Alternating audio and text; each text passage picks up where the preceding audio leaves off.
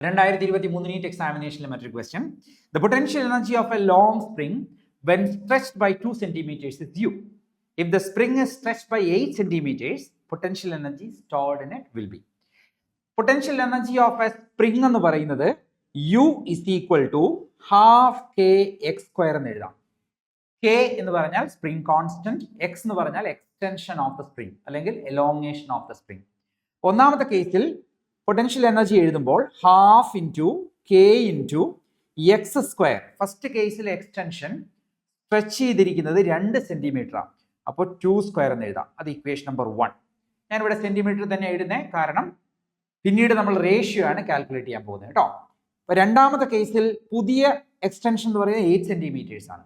അപ്പോൾ ഞാൻ പുതിയ പൊട്ടൻഷ്യൽ എനർജി എഴുതാൻ പോവാം.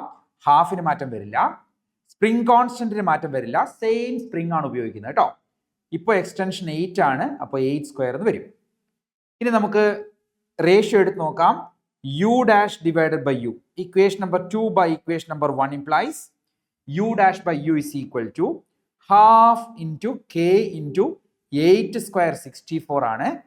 Half into k into 2 square എന്ന് പറയുമ്പോൾ 4.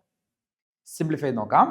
ഇവിടെ ഹാഫും ഹാഫും കട്ട് ചെയ്തു, കെയും കട്ട് ചെയ്തു, 64ഉം 4 കൂടി കട്ട് ചെയ്താൽ 16 എന്ന് വരും. അപ്പോൾ നമുക്ക് finally u dash by u is equal to 16 എന്ന് കിട്ടി.